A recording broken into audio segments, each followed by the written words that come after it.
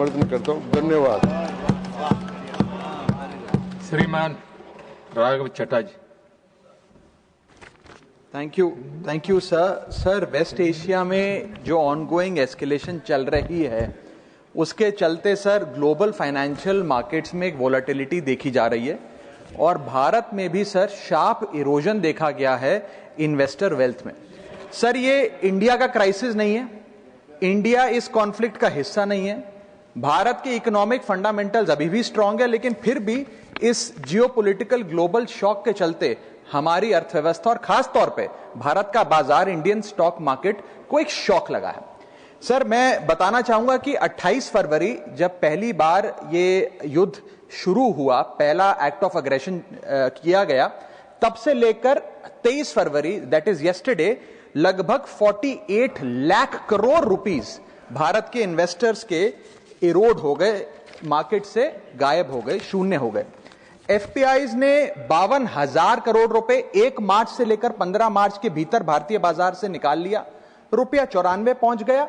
ये तमाम चीजें एक रूटीन करेक्शन नहीं है सर, ये कॉन्फ्लिक्ट ड्रिवन शॉक है। मेरी चिंता है सर कि भारत में लगभग 13.5 करोड़ इन्वेस्टर्स हैं जो लगभग 21 करोड़ डीमैट अकाउंट्स के माध्यम से निवेश करते हैं और खास तौर पे इस वर्ग में SIP investor, first time retail participant, salaried middle class और रिटायरीज जो लॉन्ग टर्म सेविंग्स के लिए निवेश करते हैं, उनकी चिंता है जो मैं सदन में व्यक्त करना चाहता हूं। सर वेस्ट एशिया की जो जंग है वो हमारी जंग नहीं है, लेकिन उसके शॉक भारतीय बाजार में देखे गए। It is a black swan event because it has been triggered suddenly, externally and it is unrelated to the underlying Indian economic fundamentals. But sir, Bharat may not be failing, but India is certainly being hit by this shock. और मेरा सरकार से ये अनुरोध रहेगा that the government, when they encourage citizens to enter the global markets or the capital markets in particular, the government cannot disappear when external shocks hit the household wealth. इसीलिए मैं अनुरोध करता हूं कि कुछ रिलीफ भारत के इन्वेस्टर को सरकार द्वारा दिया जाए। पहला रिलीफ जो हो सकता है सर वो ये है कि रिटेल इन्वेस्टर को टारगेटेड रिलीफ दिया जाए। आज जब भारत का कोई इन्वेस्टर बाजार में शेयर खरीदता है, रिटेल इन्वेस्टर, तो उसे ब्रोकरेज, एसटीटी, एक्सचेंज चार्जेस, इस सर्विस चार्ज पर जीएसटी और स्टैंप ड्यूटी देना पड़ता है और ये सब जूझने के बाद यदि मुनाफा होता है तो 20% short term capital gain tax और 12.5% long term capital gain tax लगता है।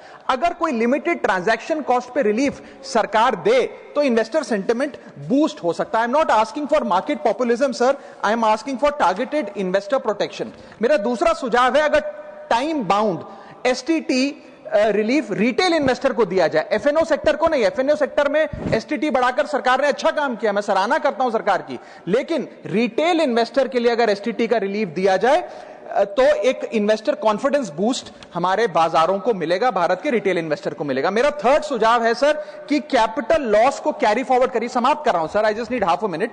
Extend capital loss carry forwards.